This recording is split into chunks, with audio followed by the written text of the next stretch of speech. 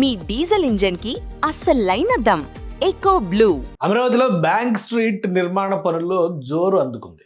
మీరు సరిగ్గా గమనించి చూస్తే ఒక 4-5 నెలల క్రితం ఆర్థిక మంత్రి నిర్మలా సీతారామన్ ఒకే చోట 15 బ్యాంకుల సముదాయం, 15 బ్యాంకులు, ఇన్సూరెన్స్ కంపెనీలకు సంబంధించినటువంటి భవన సముదాయాన్ని అమరావతిలో నిర్మాణం చేసేందుకు భూమి పూజ చేశారు. వీటిలో ఏ సంస్థకు ఆ సంస్థ ఏర్పాట్లు చేసుకుంటూ వచ్చింది.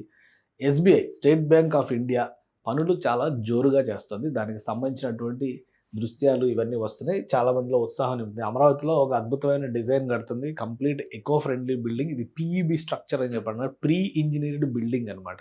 ఇక్కడ ఫౌండేషన్ పైన మాత్రమే ఆన్ సైట్ వర్క్ చేస్తారు. మిగతాదంతా కూడా డిజైనింగ్ అంతా చేసేసి తీసుకొచ్చిన తర్వాత దేనికవి ఫిక్స్ చేసుకుంటూ స్ట్రక్చర్ని పైకి తీసుకెళ్లేటువంటి ప్రణాళిక ఉంటుంది అనమాట. 14 అంతస్తుల భవన సముదాయంగా దీన్ని నిర్మిస్తున్నారు. 3 ఎకరాల భూమిని రాష్ట్ర ప్రభుత్వం అంటే కేపీసీఆర్డీఏ కేటాయించింది.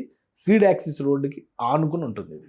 సో ఇక్కడ జనరల్గా ఇది ఎస్బీఐ అనేది దేశంలో బ్యాంకింగ్ రంగంలోనే తలమానికమైన సంస్థ అనే విషయం అందరికీ తెలుసు. దీని ఆనుకుని ఉన్నటువంటి ఏరియా మొత్తం ఒక 15 బ్యాంకులు, bank of Baroda, bank of India, అలానే కెనరా బ్యాంక్, ఇట్లా ఈ బ్యాంకులన్నిటికీ సంబంధించి 15 బ్యాంకులకి భూములు కేటాయించారు. అందులో పెద్ద సైటు ఎస్బీఐకి సంబంధించినటువంటి సైట్. ఇది ఒక సైడ్ ఎలివేషను, ఫ్రంట్ ఎలివేషను, అలానే ఇది ఇంకొక సైడ్ ఎలివేషను.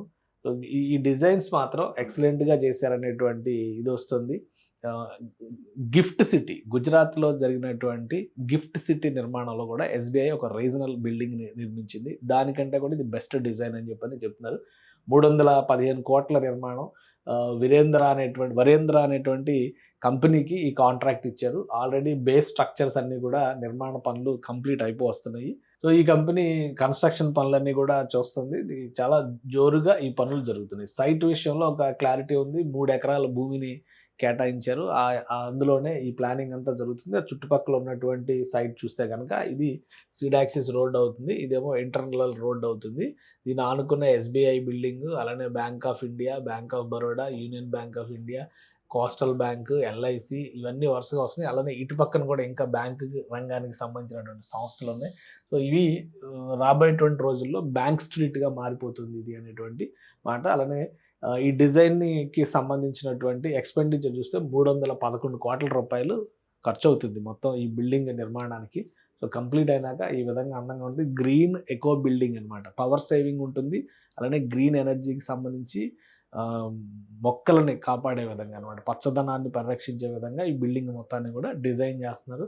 దాదాపు 6,65,000 చదరపు అడుగుల వైశాల్యంలో ఉన్నటువంటి స్పేస్ని ఫస్ట్ వినియోగంలోకి తీసుకొస్తారు.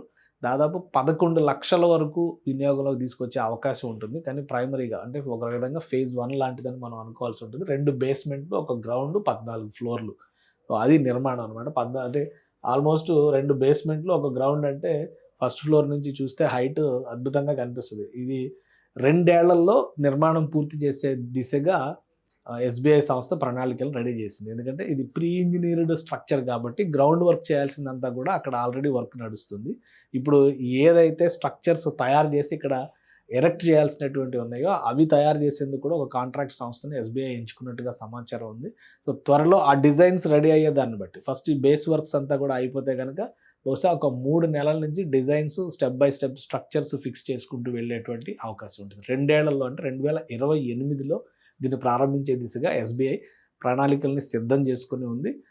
ఆంధ్రప్రదేశ్ రాజధానిలో ఆర్థిక నగరంగా ఏదైతే డిసైడ్ చేశారో ఆ ఏరియాలో ఈ బ్యాంకింగ్ రంగ సంస్థలన్నిటికీ కూడా భూములు కేటాయించారు. అంటే ఒక విధంగా అమరావతి ఫైనాన్షియల్ సిటీకి రూపురేఖలు ఇచ్చే దిశగా అడుగులు పడుతున్నాయని భావించవచ్చు.